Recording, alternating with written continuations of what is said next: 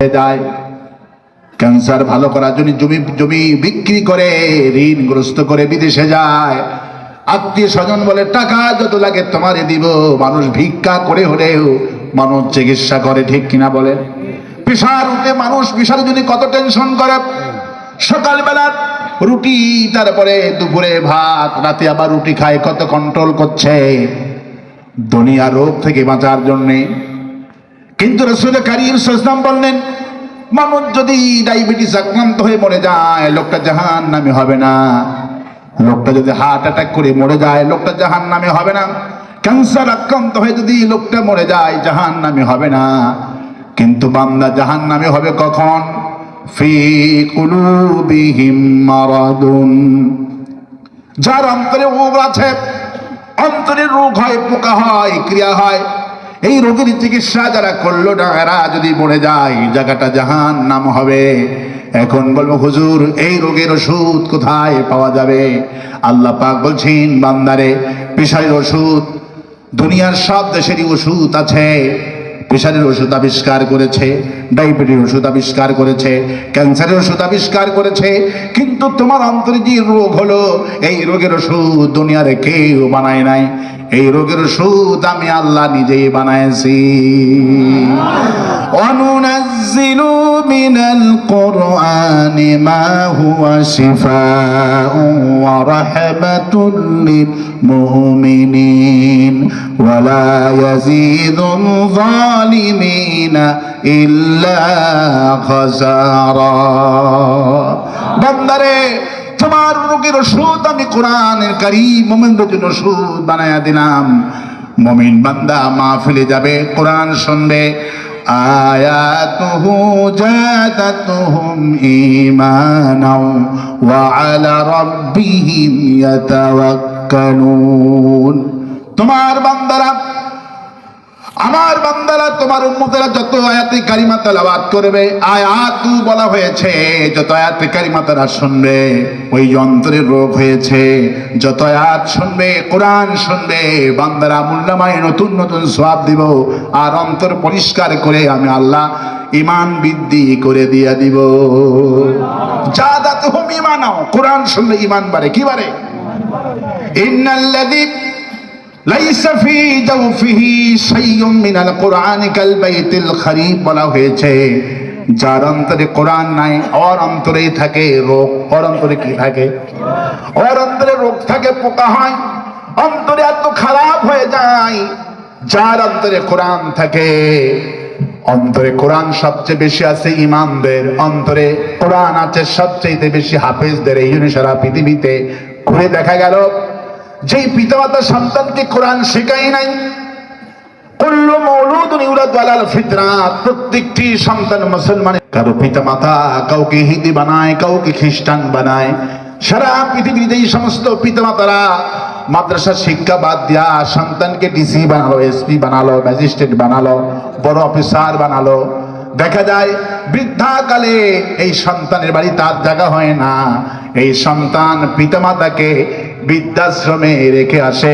ইন্নাল্লাযী লাইসা ফি জাওফিহি শাইউম মিনাল কুরআনি কাল বাইতিল খরিব, যার অন্তরে কোরআন নাই তার অন্তরটা হলো বিরান বাড়ির মতো, সারা বাড়ির মতো। কারণ ফি কুলুবিহিম মারাদুন, মানুষের অন্তরে হয় রোগ, মানুষের অন্তরে হয় রোগ, বেদী।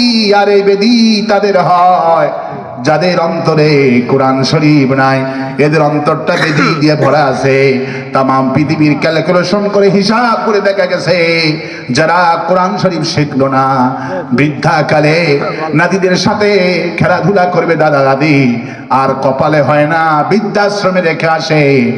কোন আলিমের পিতা, হাফিজের পিতা, কোন কাজী সাহেবের পিতা, কোন মুহাদ্দিসের পিতা, মুফাসসিরের পিতা মাতা সারা পৃথিবীতে, সারা দেশে একজন খুঁজে পাওয়া যাবে না যে একটা হাফেজ, আলিম, মুহাদ্দিস, মুফাসসিরের পিতা বৃদ্ধাশ্রমে আছে, পাওয়া যাবে না। কারণ যাদের অন্তরে কোরআন আছে এদের অন্তরে অসুস্থ হওয়ার কোনো কায়দা নাই। কোন সুবহানাল্লাহ, আর আস্তে কোন সুবহানাল্লাহ।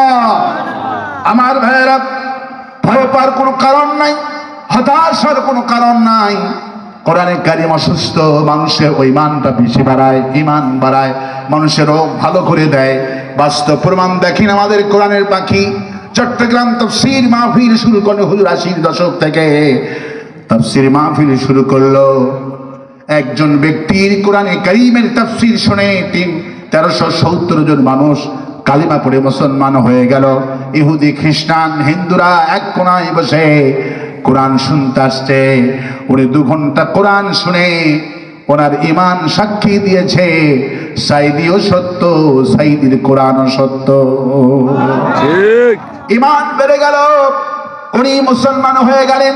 1 নয় 2 নয়, প্রতি বছরে 50 জন, 60 জন, 66 জন, 72 জন করে মানুষ মুসলমান হওয়া শুরু করলো। একজন ব্যক্তির হাতে এতগুলি মানুষ মুসলমান হয়ে গেল। কারণ মানুষের হিদায়াত পাওতে করতে হলে আপনার সন্তানের অন্তরের রোগ আছে, আপনার সন্তান নামাজি নয়, সন্ত্রাসী, সন্তানটা রোজা রাখে না। পৃথিবীতে এমন কোন ওষুধ আছে নাকি, ক্যাপসুল আছে নাকি, যেই ক্যাপসুলের দাম 3 লাখ টাকা, এইটা খাইলেই সে নামাজ ধরবে? এমন কোন ক্যাপসুল আছে নাকি? এটার ওজার ক্যাপসুল, এটা খাইলে রোজা ধরবে, এটার দাম 1 লাখ টাকা, এটার দাম 50,000 টাকা, এটা খাইলে মদ গাঁজা সব ছেড়ে দিবে। দুনিয়ার কোনো বিশ্ববিদ্যালয়, কোনো ডিসপেন্সারি তেমন ওষুধ পাওয়া যাবে না। কেবলমাত্র কিতাব আল্লাহ, তারাক্তু ফীকুম আমরাইন লাম তাদিল্লু। নবী করিম সাল্লাল্লাহু আলাইহি ওয়াসাল্লাম বলছেন, আমি তোমাদের জন্য 2টি জিনিস রেখে গেলাম, একটার নাম হলো কোরআন আর একটার নাম হলো হাদিস। এই 2টি জিনিস আঁকড়ে ধরো, কিয়ামত পর্যন্ত তোমাদের কেউ পথভ্রষ্ট করতে পারবে না। সুবহানাল্লাহ বলে, লান তাদিল্লু, পথভ্রষ্ট হবে না। যারা এর কাছে কোরআন আছে এরা পথভ্রষ্ট হয় না। আল্লাহু আকবার বলি। এই জন্য রোগের চিকিৎসা করতে হবে কোরআন দিয়ে। ওমর ফারুক রাদিয়াল্লাহু তাআলা আনহু ক্ষমতায় এসে কোরআনের প্রতি আত্মচিকিৎসা উন্নত হয়ে গেল। ওমর ফারুক জগৎ আল্লাহ পাক বলছেন কোরআন হলো মানুষের অন্তরের রোগের ওষুধ। কোন সুবহানাল্লাহ। উনি পার্লামেন্টে বললেন যে আমি হাসপাতালগুলিতে আমি কোরআনে কারিমের আয়াত পড়ে ফু দিব, আর সেই আমার মুখের ফুগুলি পানিগুলি প্রতি হাসপাতালে পৌঁছে দেওয়া হবে। কোন সুবহানাল্লাহ। প্রতিটি হাসপাতালে ওমর ফারুকের ফুগুলি পৌঁছে দেওয়া হলো। মানুষ খাওয়া শুরু করলেন। ইহুদি কি, খ্রিস্টান কি, বৃদ্ধা কি, ওমর রাদিয়াল্লাহু তাআলা আনহুর শুধু পানি পড়া খেয়ে প্রতিদিন দলে দলে মানুষ ইসলাম গ্রহণ করছে আর পড়ছে লা ইলাহা ইল্লাল্লাহ, লা ইলাহা ইল্লাল্লাহ, লা ইলাহা ইল্লাল্লাহু মুহাম্মাদুর রাসূলুল্লাহ। আদ-দীনুন নাসিহা, দিন হলো অপরের কল্যাণ কামনা করা। যুদ্ধ করে দরবারিতে ইসলাম কায়েম হয়নি, ইসলাম কায়েম হয়েছে কোরআনের বদলতে। কোন সুবহানাল্লাহ। ওমর 2 বছরের মাথায় 10টি দেশ দখল করছে শুধু কোরআনে কারিমের চিকিৎসা দিয়ে। আল্লাহু আকবার। কোথায় আছেন মুসলমান? ওমর শুধু কোরআনে কারিম থেকে ফু দিত। ইহুদি খ্রিস্টানগুলি তার দরবারে আসতেন, পার্লামেন্টের সামনে আসতেন, শুধু বোতলে ফু দিয়ে দিত। বোতলের পানি খেয়ে সবাই মুসলমান হয়েছে। কোন সুবহানাল্লাহ। ওই সময় বিশ্ব মাতবার ছিল রোম। বিশ্ব মাতবার কে ছিল? রোম। আজকে যেমন আমেরিকা, সেই যুগের বিশ্ব মাতবার ছিল রোম। নবী করিম সাল্লাল্লাহু আলাইহি ওয়াসাল্লাম রোমকে খুব ভয় পেয়ে গেলেন। রোমক নাকি কাবা ঘর ধ্বংস করতে আসবে। আবার আল্লাহ পাক প্রথমে হেটিং করলেন গুলিবাতিল রোম। রাসূল টেনশন করবেন না, রোমেকরা পরাজিত হবে, রোমের ভূখণ্ডে কালেমার পতাকা উড্ডীন হবে। কোন সুবহানাল্লাহ।